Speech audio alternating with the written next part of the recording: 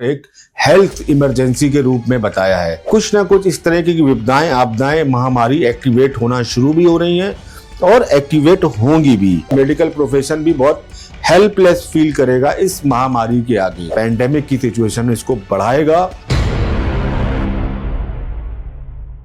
कोविड-19 के बाद क्या देश दुनिया फिर किसी बड़ी महामारी की ओर बढ़ रही है? जी हाँ, जैसे कि आप लगातार देख रहे हैं, हंता वायरस या इबोला, जिसकी वजह से भारत सरकार तक को इंडो अफ्रीकन समिट को कैंसिल करना पड़ा, जिसको WHO ने एक कंसर्न बताया है और एक हेल्थ इमरजेंसी के रूप में बताया है। तो आज के इस वीडियो में हम जानेंगे कि आने वाले समय में जो प्रभाव आ रहा है वो किसी महामारी को एक्टिवेट करते हुए दिखा रहा है। हालांकि मैंने मई 2024 में कहा था कि मार्च 2026 के बाद कुछ ना कुछ फिर से पैंडेमिक या महामारी की स्थितियां आएंगी और देश दुनिया को फिर किसी मैनमेड वायरस या इस तरीके के कोविड-19 जैसे वायरस का सामना करना पड़ेगा। दुखद है लेकिन सत्य है। तो आज इस वीडियो को हम देखते हैं कि जब आपका पैंडेमिक आया था लगभग 2020 में, जब 25 मार्च को मोदी जी ने पूरे देश में लॉकडाउन लगाया था, वो क्या स्थितियां थी और क्या स्थितियां रही और वो 2026 के साथ किन समानताओं के साथ बैठी हैं। चार्ट्स आपके सामने है। एक है 25 मार्च 2020 का। तो देखिए, सबसे पहले हमें यह समझना चाहिए कि जितनी भी वायरस या विषाणु जनित बीमारियां हैं, ये फैलाने वाला ग्रह एस्ट्रोलॉजी में क्या है, कौन हो सकता है? आप सोचिए, जो मल्टीपल चेन रिएक्शन करता है। जी हाँ, बिल्कुल ठीक सोच रहे हैं आप। राहु सबसे बड़ा कारक ग्रह है किसी भी महामारी के प्रसार में, उसको फैलाने में। देखिए, राहु को विष, धुआं, संक्रमण, भ्रम, विदेशी तत्व, अदृश्य बीमारी, म्यूटेशन, टॉक्सिक एयर, मास पैनिक, इन सारी चीजों को हमने राहु के साथ जोड़ा हुआ है। तो उस समय राहु का जो प्रभाव था 2025 में, जैसे आप देख रहे हैं, राहु आर्द्रा नक्षत्र में चल रहे थे मार्च 2020 में, यानी कि राहु अपने ही नक्षत्र में चल रहे थे, तो उनको स्ट्रेंथ भी मिल गई। राहु उस टाइम मिथुन राशि में थे, तो कई जगह मिथुन राशि को भी राहु की उच्च राशि मानते हैं और कई जगह वृषभ राशि को भी मानते हैं। तो राहु बहुत ज्यादा पावरफुल थे। तो एक विषैले वायरस ने पूरे समाज को, पूरे दुनिया को एक अपने आवरण में ढक लिया था। उस समय केतु को भी हम महामारी के लिए और बहुत सारी चीजों के लिए हम देखते हैं। तो केतु का क्या रहा प्रभाव उस समय? केतु भी अपने एक पाप नक्षत्र यानी कि मूल नक्षत्र में चल रहे थे, तो जो कि अनसीन इन्फेक्शन, अननोन डिसीज, आपकी जो इम्यूनिटी है उसका डिस्टरबेंस और स्पिरिचुअल क्राइसिस को दिखाते हैं और अचानक फैलने वाली चीजें, ये सारी चीजें हुई। फिर तीसरा कौन सा ऐसा ग्रह होता है जो इसको और एक्टिवेट करता है? वो है आपका शनि यानी कि सैटर्न, जो कि मास सफरिंग एंड क्रॉनिक फियर को दिखाता है। तो शनि यहां पर आए तो जनता भी पीड़ा में आई, पूरी देश दुनिया पीड़ा में आई।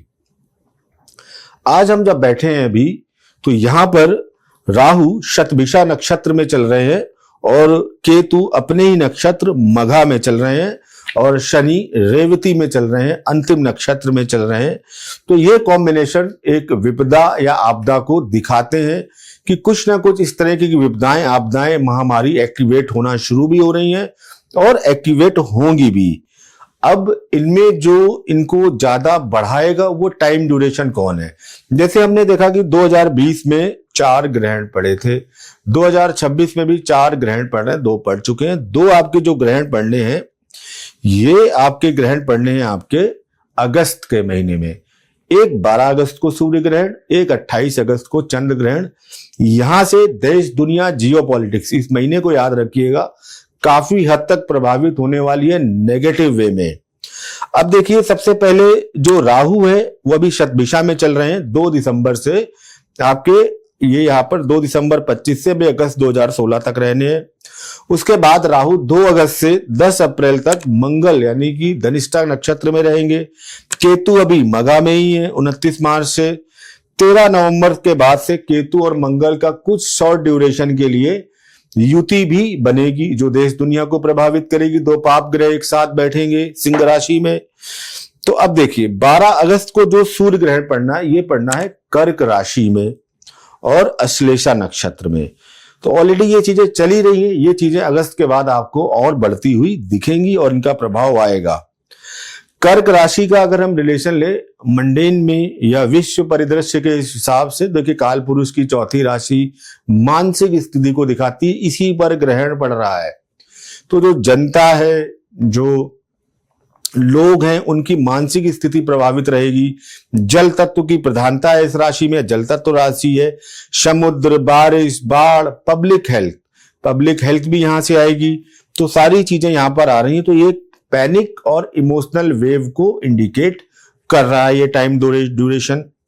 फिर बात कर लेते हैं, ये सूर्य ग्रहण आश्लेषा नक्षत्र में पड़ रहा है। आश्लेषा नक्षत्र बहुत तीक्ष्ण या दारुण नक्षत्र माना गया है। जितने भी आपके इस तरह के काम है, तांत्रिक क्रियाएं, काला जादू, मृत्यु तुल्य कार्य, हत्या, ये सब अश्लेषा नक्षत्र से होते हैं। अश्लेषा नक्षत्र का जो स्वामी है वो है सर्प, यानी कि सांप। तो ये देखिए, ये नक्षत्र poison, virus, chemical, hidden disease, इन सारी चीजों को एक्टिवेट कर रहा है। तो यहां पर ये ग्रहण इन चीजों को और बढ़ाएगा 12 अगस्त के बाद। और हम थोड़ा ही आगे बढ़ पाएंगे तो 28 अगस्त को चंद्र ग्रहण पड़ने वाला है। और चंद्र ग्रहण कहां पड़ रहा है, नोट कीजिएगा, शतभिषा नक्षत्र में और कुंभ राशि में। शतभिषा फिर से राहु का नक्षत्र, प्रचार प्रसार, बढ़ना बीमारी का, वायरस का। और शतभिषा का शाब्दिक अर्थ आपको अगर बताऊं तो 100 चिकित्सक, 100 हीलर, और उसी पे ग्रहण पड़ रहा है। यानी कि जो मेडिकल प्रोफेशन है वही बाधित होने वाला है, ये वही हेल्पलेस हो जाएगा। आपकी जो हीलर है, जब वही हेल्पलेस हो जाए, उसी पर ग्रहण पड़ा है। जैसे कि आपने कोविड के टाइम में देखा था, डॉक्टर्स कुछ नहीं कर पा रहे थे, उनके पास कोई भी अल्टरनेट नहीं था। आप जा रहे हैं, जो भी सिम्टम्स आ रहे हैं उसकी दवा दे रहे हैं, अल्टीमेटली फिर कहीं ना कहीं आदमी कोलैप्स हो रहा था। क्योंकि यहां पर ये शतभिषा यानी मेडिकल प्रोफेशन भी बहुत हेल्पलेस फील करेगा इस महामारी के आगे। तो जो भी ये महामारी, चाहे इबोला के रूप में आए, चाहे हंता वायरस के रूप में आए, ये पूरे के पूरे जो मेडिकल जगत है उसके लिए हेल्पलेस पोजीशन क्रिएट कराएगी। कोई वैक्सीनेशन होगा नहीं, इनिशियल स्टेज पे पूरी दुनिया को सफर करना पड़ेगा। और ये आपके लिए थोड़ा सा एक दुखद समय को इंडिकेट कर देता है। तो देखिए, कॉम्बिनेशंस आपको समझाए गए हैं। देखिए, चीजें आपको बताई जाती हैं डराने के लिए नहीं, पैनिक करने के लिए नहीं। अपनी सुरक्षा को बढ़ाइए और ऐसा ना हो कि उस समय आपकी जो प्रतिरोधक क्षमता हो वीक हो। तो अभी से अपनी प्रतिरोधक क्षमता बढ़ाइए, जिम जाना शुरू कीजिए, एक्सरसाइज करना शुरू कीजिए, अपने शरीर को इतना मजबूत बनाइए कि वायरस आप पर बहुत ज्यादा प्रभाव ना डाल पाए। जैसे कि कोविड में भी कुछ लोग एसिम्प्टोमेटिक रहे थे, बहुत ज्यादा प्रभाव नहीं आया था, और जिन लोगों की प्रतिरोधक क्षमता वीक थी उन पर विशेष प्रभाव आया था। तो आने वाले समय के लिए आपको अपने आप को तैयार करना है। अगस्त का महीना, चाहे वॉर की सिचुएशन हो और चाहे ये